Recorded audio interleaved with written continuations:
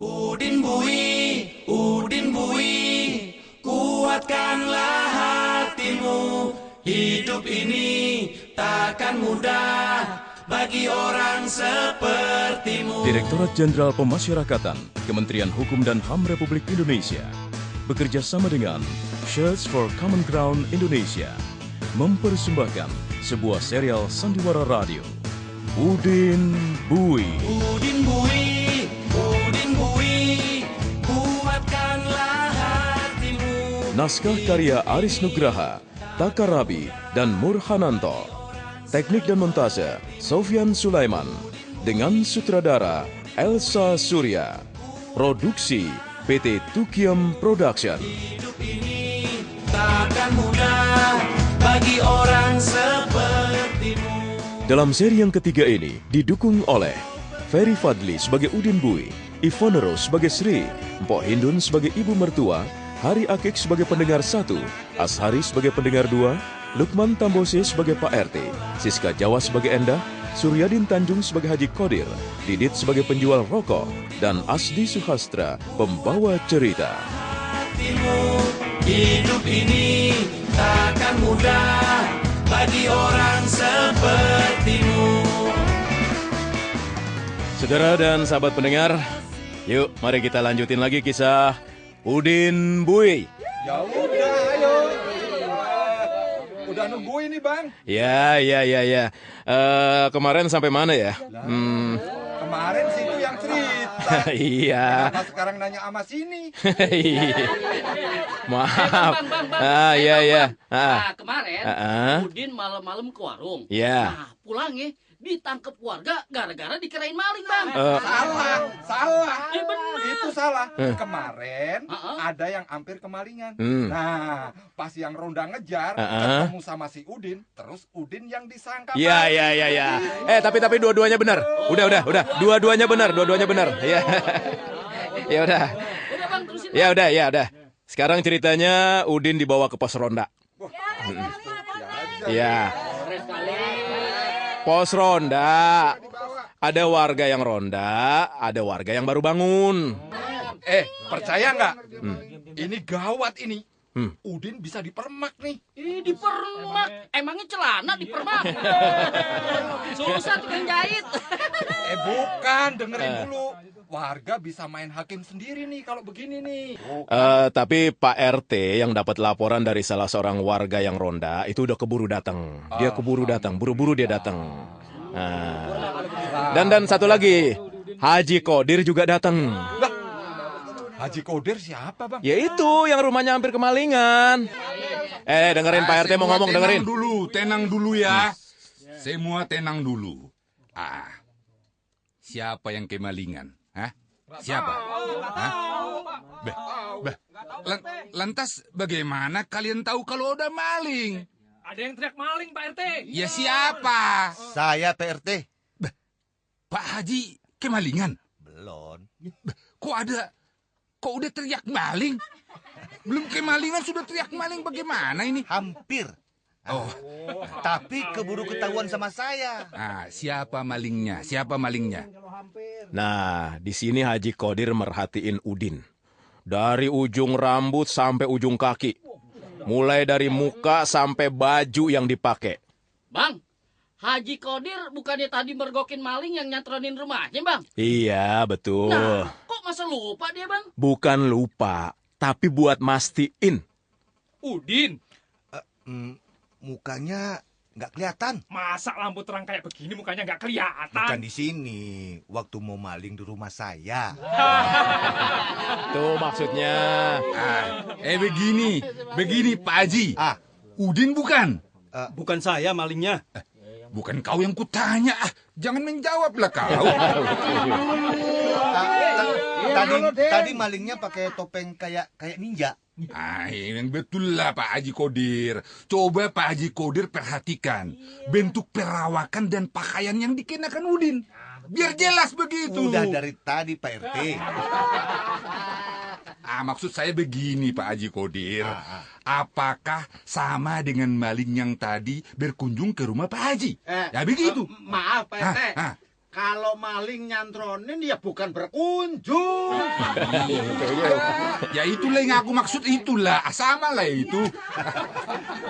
Begini, badannya agak kecil.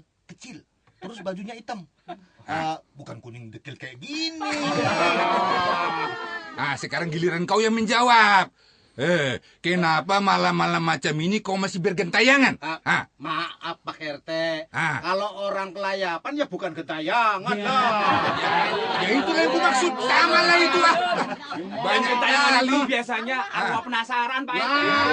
Ya sudahlah ya. Tak perlu diperpanjang kesalahanku dalam memilih kata. Itu sudah bawaanku itu. Bisa ada ngalas.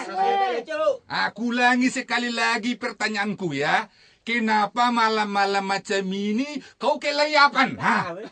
Itu sudah jelas kan? Beli rokok Pak RT. Nah, ini kan sudah terlalu malam. Mana ada warung yang buka lagi ya? Ada. Warung pinggir jalan. Sebenarnya, warga udah pada gemes mau nyeret Udin ke kantor polisi. Tapi Pak RT merasa belum cukup bukti dan saksi. Iya dong. Pak RT itu namanya bijaksana. Tuh. Jangan main seret aja. Iya. Namanya bawa barang. Iya, betul. Lagi pula, Udin kan juga punya alibi yang kuat kan? Bang. Alibi apaan sih, Bang? Ini lagi. Nah, iya mulu. Itu bukti bahwa seseorang berada di tempat lain pada saat peristiwa terjadi. Nah, ini dia nih. Bahasa apaan tuh, Bang? Ya bahasa Indonesia. Bahasa Indonesia. Kirain bahasanya polisi, Bang. Polisi juga bahasanya pakai bahasa Indonesia. Tapi itu kalau polisinya polisi Indonesia. Kalau polisinya Amerika ya bahasa Amerika. Betul. Pinter nih dia, pinter. Ya udah. Soal bahasa jangan dibahas deh ya. Mau dengerin cerita apa diskusi bahasa Indonesia gitu Ya, maksudnya. cerita dong, Bang. Nah, ya udah. Bang. Udah, Bang. Terusin, Bang. Ya iya maksudnya begitu. Ceritanya mau diterusin gitu maksudnya. Duh. Nih ceritanya nih ya. Sri itu kelihatan gelisah. Sri siapa lagi nih, Bang? Itu bininya Udin, istrinya Udin. Oh iya ya. Maaf lupa, Bang. Nah kelihatan, dengar ya. Sri kelihatannya memang khawatir banget deh. Tadi dia dengar samar-samar orang-orang berlarian sambil teriak maling. Nah, terus kekhawatiran Sri terjawab ketika Udin pulang, diiring sama Pak RT dan beberapa warga yang nampak tidak bersahabat pada Udin. Wah, Sri pasti malu.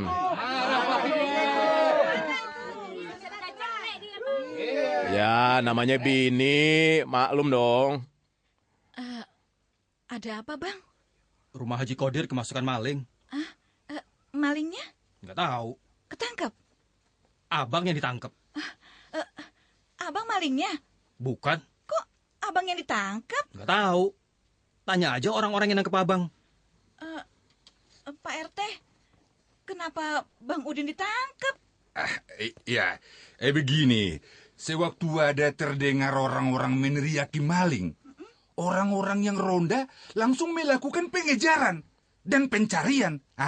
Lantas mereka menemukanlah suami kau. Ada buktinya enggak, Pak? Ya, itulah tak ada.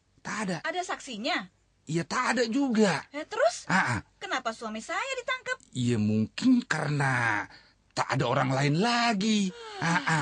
Kalau yang ngejar malingnya ketemu sama Pak RT, Iya. Pak RT ditangkap apa enggak? Ya, tentunya tidak lah. Kenapa? Iya, aku kan ketua RT.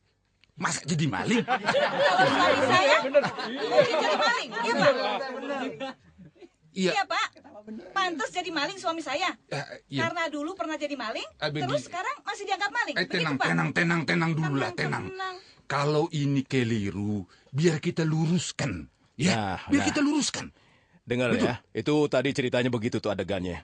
Sri nih, istrinya Udin kelihatannya memang ya berusaha untuk lebih tenang lah. Sementara Udin sebenarnya sih lebih marah dibanding Sri. Tapi dia sadar, dirinya emang layak jadi tersangka. Udin kayaknya paham makan peribahasa. Sekali lancung ke ujian, seumur hidup orang gak dipercaya. Nah, mau nggak mau, Udin diam aja. Sudah berapa lama Udin keluar rumah? Belum lama. Belum lama itu berapa lama? Yang jelaslah ngomong. Paling setengah jam, Pak. Yakin? Ya, saya tahu perginya. Pas Bang Udin pergi, saya yang ngunci pintu depan. Ya, dia bilang mau kemana? Beli rokok. Beli rokok di mana? Di warung rokok. Ya. Pak RT, laganya kayak polisi aja. Itu Pak RT juga nggak salah. Itu dia mau mastiin bahwa kejadian itu, waktu itu Udin lagi di mana gitu maksudnya. Iya Bang, tapi kenapa nggak dibawa ke kantor polisi aja Bang sekalian gitu loh Bang? Ya sebenarnya Pak RT sendiri juga nggak yakin Udin malingnya, ya kan? Begini, aku bukannya tak percaya keterangan kau dan istri kau. Tapi aku butuh saksi lain. Pak RT mau nanya mertua saya. Ibu tidur. Bangunin. Tak perlulah. Kita ke warung tempat kau tadi beli rokok, ya? Nah, sekarang ceritanya Pak RT datang sama Udin dan beberapa orang warga. Pak RT mau nanya, apa benar Udin beli rokok di situ? Nah, waktu Pak RT datang, tukang rokok lagi tidur sambil duduk. Dibangunin?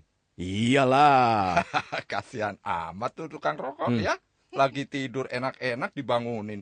Bukannya beli, cuma ditanya doang. Apes. Bang, bangun Bang. Woi, Bang, bangun. Tidur mulu kowe. Ya, tukang rokok terpaksa bangun. Tapi dia bingung. Ngelihat banyak orang berdiri di depan warungnya. Ada apa dia pikirnya kan? Coba kita dengar nih. Reaksinya gimana? Lah ada apa ini ya? Ada yang mau ditanyai sama Pak RT. Mau nanya apa ya? Nah, lantas Pak RT menginterogasi tukang rokok sambil nunjuk Udin. Kayak dia tadi nginterogasi si Sri. Wah, malah jangan-jangan Pak RT itu dulunya pengen jadi polisi. Cuma nggak kesampaian aja ya. Enggak. Apa betul Bapak ini tadi membeli rokok di sini? Iya Bapak kayak. Sudah lama? Iya perasaan sih ya belum begitu lama lah. Tadi saya nggak ngeliat jam. Udah gitu abis ngelayanin Bapak itu beli rokok, saya tidur lagi. Emangnya kenapa Pak? Bapak yang nyuruh ya? Rokoknya salah ya Pak ya? Tidak, aku cuma bertanya saja. Baiklah kalau begitu. Terima kasih. Permisi ya. Mas, yang tadi beli rokok mana? Kenapa Bang? Punya duit 1000-an yang lain nggak? Yang tadi, aduh, maaf ya, takut nggak laku, ujungnya sobek. Itu bagus tuh Bang. Saudara. Jadi kejadian malam itu jadi cerita yang menyebar kemana-mana. Mbak Sri. Bu Endah. Gado-gado, Bu. Iya, Mbak. Bang, ngapain bininya Udin nawarin gado-gado, Bang? Ya dia jualan. Udah lama, Bang? Ya, semenjak Udin masuk penjara. Buat biaya hidup dia sendiri, anaknya, sama ibunya. Enak apa enggak, Bang? Bang, maksudnya gado-gadonya, Bang. Enak apa enggak? Ya nggak tahu, masa nanya saya belum pernah nyobain. Cobain, Bang. Mbak Sri, 2 ya? Pedes nggak? Sedang aja deh. Saya dengar-dengar tadi malam Mas Udin ditangkap warga ya? Iya, tapi cuma salah paham. Hah? Salah paham gimana? Tadi malam Haji Kodir hampir kemalingan. Bang Udin dikira malingnya. Padahal bukan toh? Ya bukan. Bang Udin emang keluar rumah. Tapi ya cuma mau beli rokok. Pas yang ronda ngejar maling, ketemunya malah sama Bang Udin. Yalah, ya sudah Mbak Sri. Yang sabar ya. Orang tuh kalau udah sekali jadi maling, pasti terus-terusan dituduh maling. Padahal kan belum tentu, ya toh? Maksudnya sih Bu Endah pengen ngebesarin hati istrinya Udin. Tapi istrinya Udin kok jadi malah ngerasa nggak nyaman. Seolah-olah tuh Bu Endah ngingetin kalau cap maling itu udah nempel di jidat suaminya. Ini harus diklarifikasi. Maksudnya? Emangnya pas keluar dari penjara itu, jidatnya si Udin distempel apa? Ini lagi. Mas, itu bahasa kiasan, Mas. Walah, lah tak kirain itu jidatnya distempel gitu loh. Aduh. Masa kayak gitu aja kagak ngerti sih. Nah, tuh. Bukan nggak ngerti. Ini namanya salah paham. Sama aja, Mas. Sama aja. Les aja. Mbak Sri, yang sabar ya. Iya, Bu. Prasangka orang-orang itu nggak usah didengerin deh. Iya, Bu. Tapi bener toh, bukan Mas Udin malingnya. Aduh. Gara-gara Udin maling ayam, bukan cuma Udin yang harus jalanin hukuman. Sementara Udin masuk tahanan, istrinya juga harus jadi korban perasaan. Waktu mutusin buat jualan gado-gado, sebetulnya sih cuma buat cari nafkah. Tapi terus itu bikin orang punya alasan yang masuk akal buat ketemu Sri, dan terus ngomonginnya Udin lagi. Kesian. Coba kalau Mas Udin nggak masuk penjara, Mbak Sri kan nggak usah susah-susah jualan gado-gado. Tuh kan. Kalau udah pertanyaan yang kayak gini nih, istrinya Udin tuh cuma bisa diem aja jadinya. Pertanyaan kayak gitu tetep aja ada. Meskipun Udin udah keluar dari penjara. Nah, Mas Udin kan sekarang udah keluar dari penjara. Kok Mbak Sri masih jualan gado-gado ya?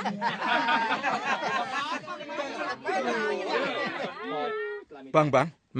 Siapa sih itu ibu-ibu itu? Itu namanya Bu Endah. Tetangganya? Iya. Wih, comel banget ya orangnya. Jadi penasaran pengen lihat mukanya. Jangan-jangan pengen naksir. Ya, godaan selama jadi tukang gado-gado bukan cuman itu aja. Ini kejadiannya waktu Udin masih di penjara. Halo Mbak Sri, gado-gadonya masih ada? Masih, Mas. Kalau saya pesan 1 porsi, bisa makan di sini? Tapi di luar nggak ada bangku, Mas. Kalau mau, di ruang tamu saya aja. Nggak apa-apa. Wah, Bang. Ini sih kayaknya nih buaya nih, Bang. Yang mana? Yang beli lah. Wah, sok tahu kamu. Dibilangin nggak percaya. Lihat aja dari omongannya. Berantem lagi. Mau dengerin ceritanya apa enggak sih? Udah jangan berantem. Nih, dengerin ya. Iya, Bang. Sebetulnya, Mansur memang punya niat untuk mendekati istrinya Udin. Betul kan? Buaya. Diam. Terus ya, udah ceritanya sekarang nih Mansur lagi makan di ruang tamu. Ya, Sri datang bawain segelas air minum. Ini minumnya, Mas. Terima kasih, Sri. Saya tinggal ya. Ditemenin dong sambil ngobrol. Ngobrol? Ya. Ngobrol apa? Ngobrol apa aja. Dasar musang. Ya kan? Saya bilang apa? Diam. Iya, situ yang komentar duluan.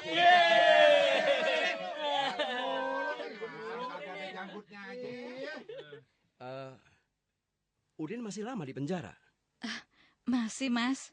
Sayang ya. Kamu itu cantik, tapi suaminya maling.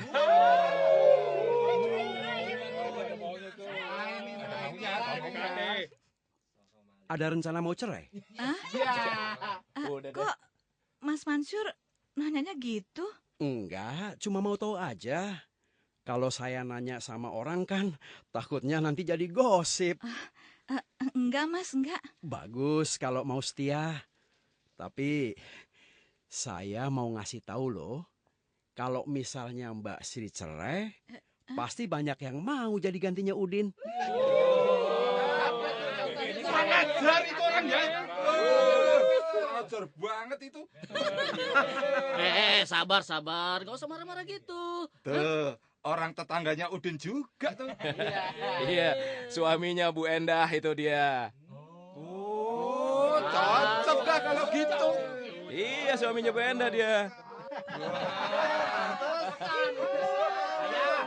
Iya, sudah nih, benar-benar cocok. Bininya bikin kesel, lakinya bikin mangkel. Iya.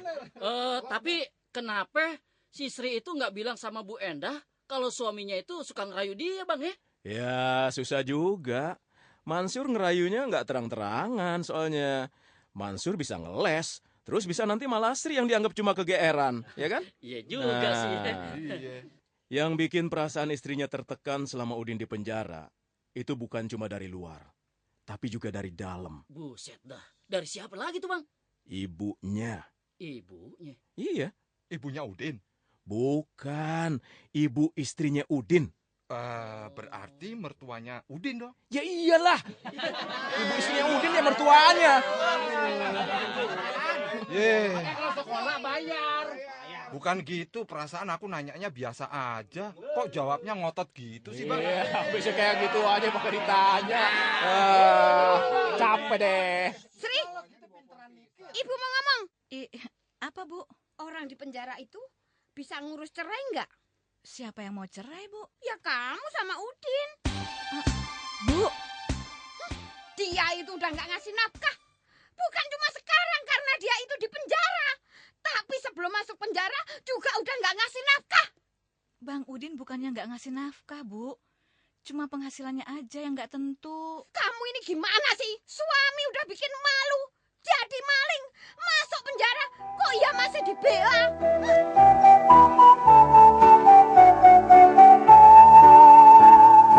Itu tadi omongan istri sama ibu mertuanya Udin waktu Udin masih di penjara.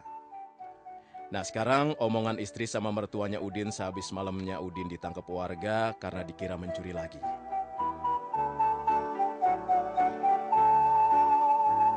Udin kemana? Pergi, Bu. Ibu tahu. Maksud ibu perginya kemana? Ke rumah temannya, Bu. Bukannya nyari kerja, malah keluyuran.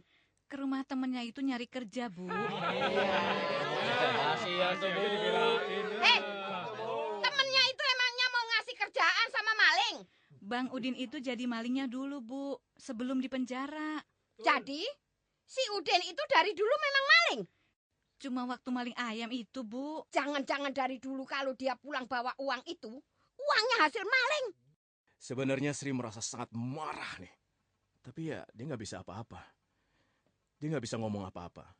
Karena yang bicara ibunya. Ya, terpaksa. Sri cuma bisa meneteskan air mata.